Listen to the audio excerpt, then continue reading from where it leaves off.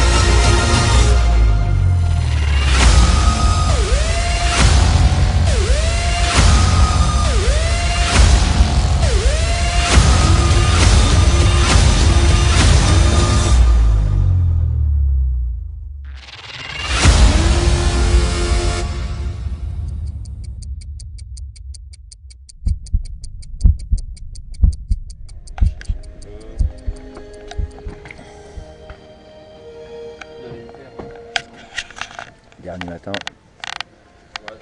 si tout va bien, on devrait aller au bout. Ouais, je vais être cool. Il va faire chaud aujourd'hui. Il faut la jouer dessus là. Et nous, on va là-bas. Tout petit. On part de Genet pour aller au Mont-Saint-Michel, dernière étape du Tour du Cotentin en 10 jours. On est content d'avoir fini. Et je suis content aujourd'hui parce qu'en fait, je devais finir tout seul et je vais finir avec un superbe ami à moi, Baptiste. Du coup, je vous en ai déjà parlé. Donc il va finir avec moi cette magnifique aventure. Donc voilà, au moins ça fait une belle petite journée, une belle dernière journée. Et on a une belle vue dès le matin, donc c'est top. Voilà, tout le monde est plutôt en forme. Alors la dernière étape c'était assez marrant parce que il y a eu plein de moments différents, plein d'émotions différentes. Dernière étape, au final je pourrais la qualifier comme la plus dure. Je suis en extrême souffrance. On part en marchant avec Baptiste pour commencer et on se met très vite à courir dans la baie du Mont-Saint-Michel.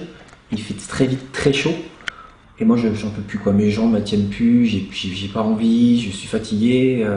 Premier ravitaillement, je suis en sueur, je suis pas bien. Voilà, c'est un table. Vraiment mal.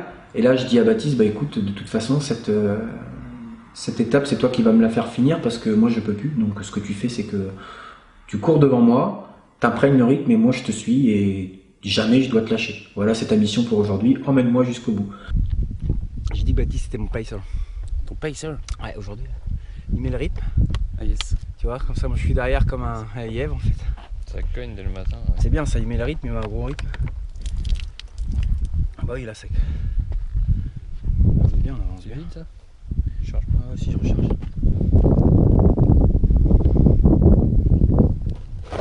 On avance bien. On a vu de belles choses déjà. Ouais. On a passé des beaux chemins bien dégueulasses aussi. On avait fait un petit coucou aux moutons. Le réveil est difficile. Trop mignon. Il y a les moutons de présalé de la baie du Mont-Saint-Michel. Très connus. Puis pas trop hostile à l'homme, ils envoient tout le temps. Je pense qu'on va en croiser longtemps dans la journée. Il fait très très chaud, le rythme est soutenu, on va très vite et c'est très bien pour l'instant. Et les ravitaillements en eau vont être essentiels aujourd'hui. Ils bougent pas. Ils dorment tous contre le mur, ils sont là, ils te regardent. Alors de dire vas-y, passe ton chemin. Un de plus, voilà. Voilà. Bah écoutez, les points d'eau le maximum possible tous les 4-5. Ouais, ça roule.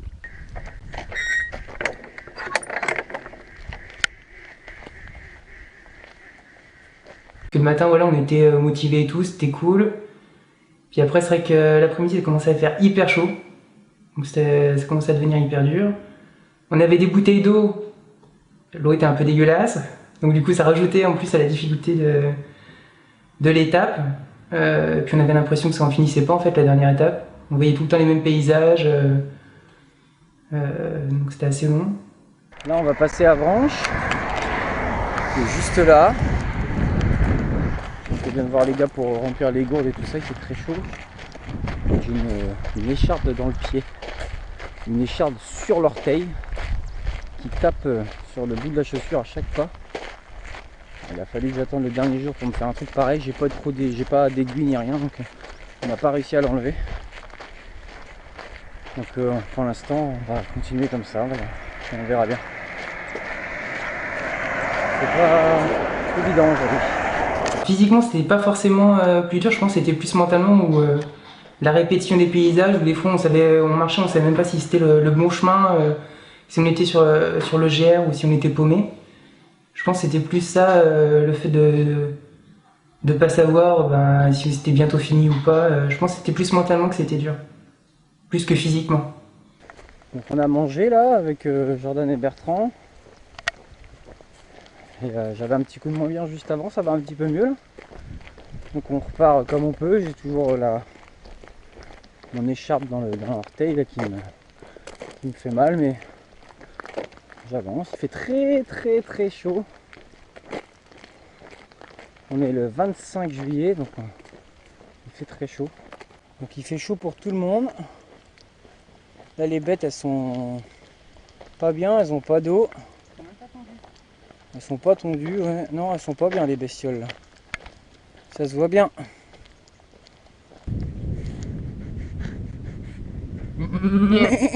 Salut. Comment ça va? Hey, avec mon ami Riquette. Mais elle bouge pas. Et même les brebis, elles... Non, m'attaque pas, je m'en vais. T'as vu? Attaque nucléaire de brebis. Ils font bien voir qu'elles sont pas contentes, faut pas les embêter. Moi je voulais juste filmer son dos parce qu'il y a un R marqué sur chaque brebis. Voilà le fameux R tatoué sur le dos des brebis. Voilà, elles sont venues me faire un hommage à mon passage dans la baie. Et Baptisto qui est toujours là à mettre le rythme pour pas que je décroche. Ça c'est valable. Et puis après, oui, il y a eu les 10 derniers kilomètres où là, du coup, je sais pas, c'était un peu comme un lâcher prise et on avait le Mont-Saint-Michel en ligne de mire et c'était assez cool. Puis on savait déjà que c'était la fin, donc du coup, je pense que ça redonnait des forces et de l'énergie. C'était vraiment les 10 derniers kilomètres de ce Tour du Cotentin, donc du 420e au 430e, je dirais même plus du 500 au 510e, puisqu'on s'est quand même pas mal trompé. Donc, mais voilà, dans les derniers kilomètres, en fait, comme si il n'y avait plus de douleur, comme s'il n'y avait plus rien.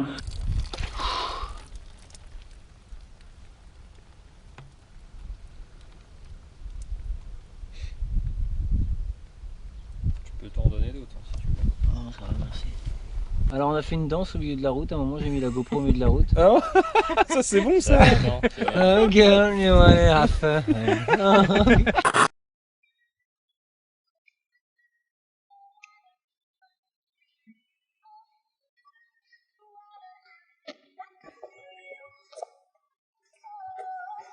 Ah, ça fait du bien, ouais. Oh, Dja, Dja. Y'a pas moyen, Dja, Dja. Oh, les petits potes dans la Baptisto là. En caccia la baby, tu l'aides ça. Brouillard, orage, isolement, enlisement, noyade.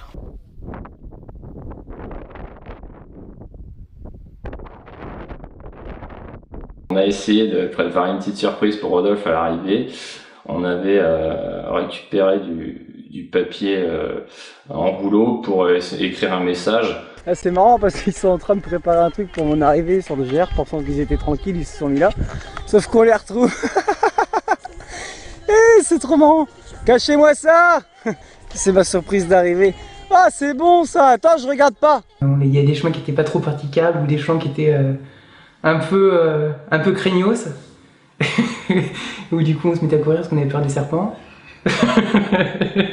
Donc ceux aussi, j'en reviens à ça, c'est grâce à ça que ces 10 km sont si beaux, c'est que c'est lui qui m'y emmène. Et 1 kilomètre avant l'arrivée, en fait il se laisse détacher. Il me dit donne-moi ton sac, vas-y va vivre ton arrivée, je te rejoins après. Et c'était génial. Enfin. Je vous propose de m'accompagner dans les derniers mètres de ces 430 km.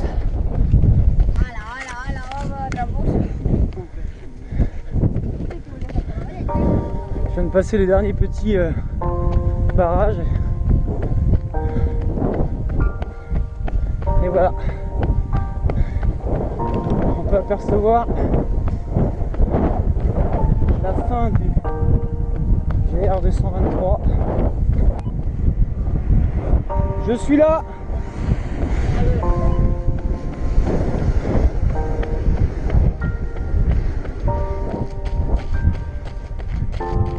C'était une émotion particulière, c'était vraiment bizarre comme atmosphère.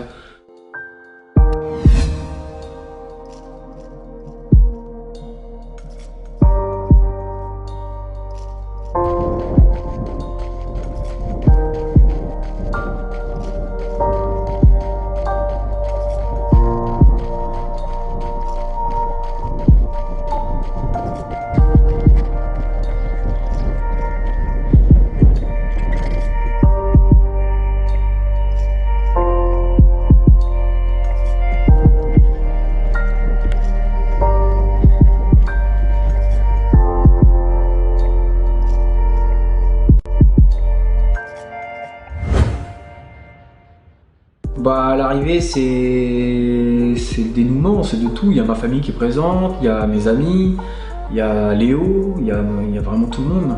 Les garçons me font une petite banderole, bravo, Tour du Cotentin des jours qui se casse au moment où je la franchis. Donc les pauvres ils se sont pris la tête toute la journée pour me faire une petite banderole qui se détruit parce qu'en fait il y avait beaucoup de vent ce jour-là. On n'a pas pu avoir le message de l'arrivée, mais c'est pas grave parce que l'intention était là, et puis ce qui compte c'est que Rodolphe ait réussi. Donc voilà, mais l'anecdote fait que c'est superbe. À la toute fin, j'ai ressenti un moment vraiment de bonheur parce que je me suis dit voilà, Rodolphe il s'est lancé un défi, il n'était pas sûr de le réussir, il avait aucun recul sur la compétition, même si c'était très bien entraîné. Et je me suis dit ouais, il l'a fait et franchement, moi j'étais aussi heureux que lui, même si j'ai pas souffert comme lui sur le parcours, mais voilà, je me suis dit ça valait le coup quoi. Et de toute façon j'en étais convaincu depuis le début, je m'étais dit même si à un moment du parcours il lâche, moi je suis sûr qu'il réussira parce que nous de toute façon on lui laissera pas le choix de réussir. On l'accompagnera jusqu'au bout, même dans les plus mauvais moments. J'ai été suivi de manière majestueuse. Je pense que c'est même le meilleur mot que je peux dire. Et puis il n'y a même pas de mots pour décrire parce que j'ai eu des gens totalement dévoués. Je l'ai répété plusieurs fois et je continuerai de le dire. Au niveau de la logistique, j'ai été suivi. J'avais rien à faire. Jamais j'avais rien à faire. J'avais même pas à mettre ma tente le soir. J'avais limite même pas à gonfler mon matelas. Parce que ce projet-là, sans cette logistique parfaite, que j'ai quasiment pas organisé parce que c'est Jordan et Bertrand et un peu Baptiste aussi, mais voilà, Jordan et Bertrand ont vraiment participé énormément à ça. Sans cette logistique, il n'y a pas de réussite. Clairement, tout seul comme ça, j'aurais pas fini. On était toujours là pour remonter le moral à Rodolphe quand il allait pas forcément bien. On s'est tapé des délires, que ce soit au Toki, dans la voiture, à se faire se perdre, à se retrouver. L'équipe était vraiment superbe, quoi. Une ambiance, bah voilà, c'est parfait quoi, c'était comme des vacances quoi. Voilà. Et puis tout retombe très vite. voilà, il faut rentrer, c'est fini, on se dit au revoir, on rentre en voiture et là il y a une ambiance un peu nostalgique qui se fait, mais tout de suite. Où tout s'arrête. Ce soir il n'y aura pas de camping, ce soir il n'y aura pas de petite bouffe ensemble, c'est fini. Donc voilà, on passe d'une superbe émotion, waouh, magnifique, le Mont-Saint-Michel, j'ai réussi, GR223, on a réussi, bravo tout le monde, à bon bah bonne soirée et puis bonne route quoi, on se revoit bientôt. Donc c'est vrai que c'est assez bizarre, mais ça fait partie aussi de ça. Bon, en tout cas, je remercie toute l'équipe du Tour du Cotentin et puis Rodolphe bien sûr qui nous a toujours fait confiance. C'était vraiment une aventure humaine extraordinaire avec plein de moments magnifiques et ce serait à refaire, comme je l'ai dit, je le referai parce que c'est que des moments de bonheur et ça personne peut nous les enlever et personne peut enlever ces moments-là à Rodolphe.